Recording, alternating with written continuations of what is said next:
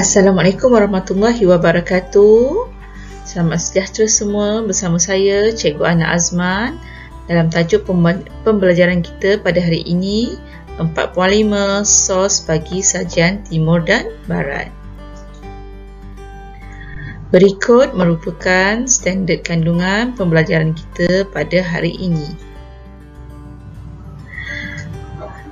Objektif pembelajaran kita pada hari ini ialah murid dapat mengenal pasti 7 bahan dan 4 kaedah menyediakan sos, dan terakhir murid dapat menerangkan 3 prosedur penyimpanan sos. Bahan dan kaedah penyediaan sos. Terdapat 7 bahan penyediaan sos. Yang pertama, sayur-sayuran, herba, bahan perasa, cuka, minyak, tulang, ikan dan kerang-kerangan. Bahan penyediaan sos yang pertama ialah sayur-sayuran. Sayur-sayuran terdiri daripada beberapa jenis sayuran berdaun, berbatang, berbunga, berubi dan berbuah. Biasa digunakan secara mentah atau dimasak. Contohnya seperti cendawan, tomato dan seledri. Bahan penyediaan sos yang kedua ialah ikan dan kerang-kerangan.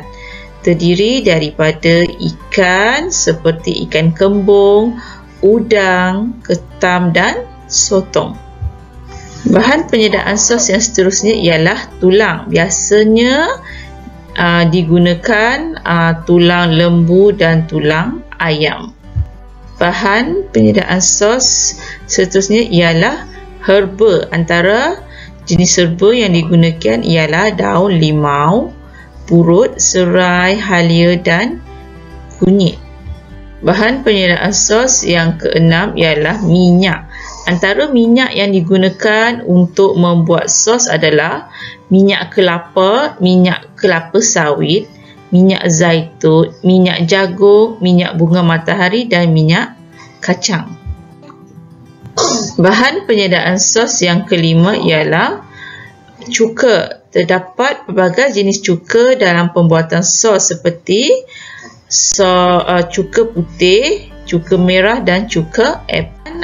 Penyediaan sos yang terakhir ialah bahan perasa dalam sos.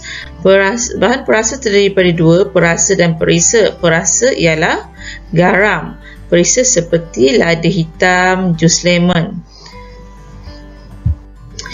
Terdapat 4 kaedah dalam finishing dalam sos, iaitu kaedah reduction, kaedah glaze, kaedah straining dan kaedah Monteagudo. Dalam sos yang pertama ialah reduction, iaitu proses stok dipekatkan dengan merebus atau merenih hingga sebahagian airnya tersejat.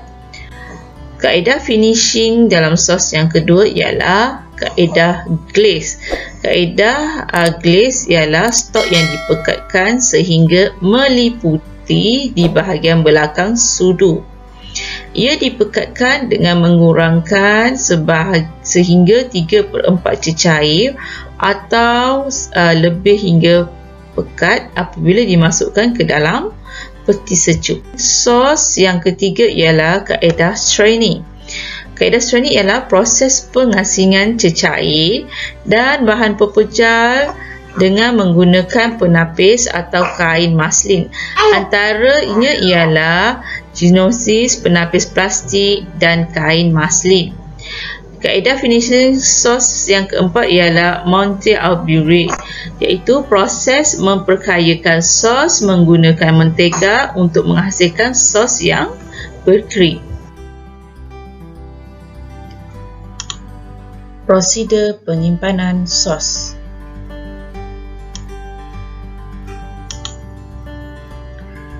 Terdapat 3 prosedur penyimpanan sos. Yang pertama, keselamatan makanan. Kedua, masa penyediaan. Ketiga, masa untuk menyimpan.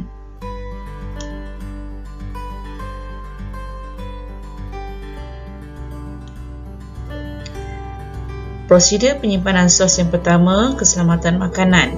Sos yang akan disimpan di dalam peti sejuk atau peti sejuk beku perlu disimpan di dalam balang yang boleh ditutup rapat dan bekas daripada cecair.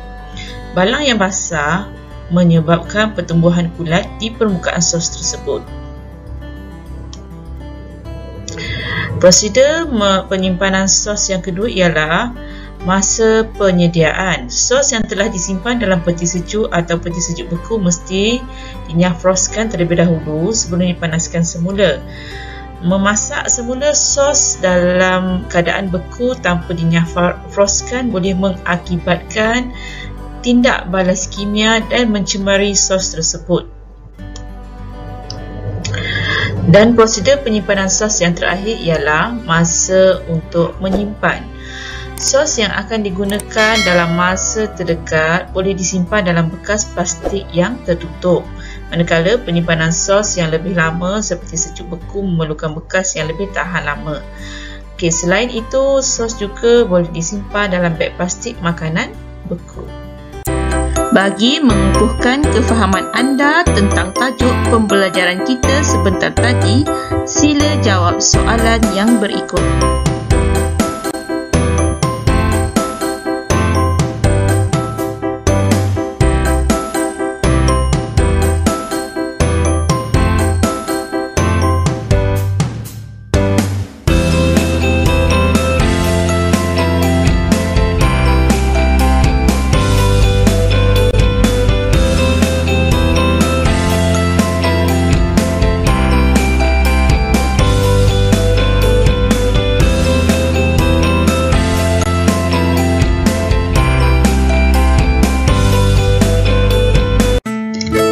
Terima kasih menonton video pembelajaran cikgu pada hari ini. Semoga kita berjumpa lagi. Jangan lupa tekan butang like, subscribe dan share kepada rakan-rakan supaya lebih ramai lagi yang dapat menerima manfaat. Sekian, terima kasih.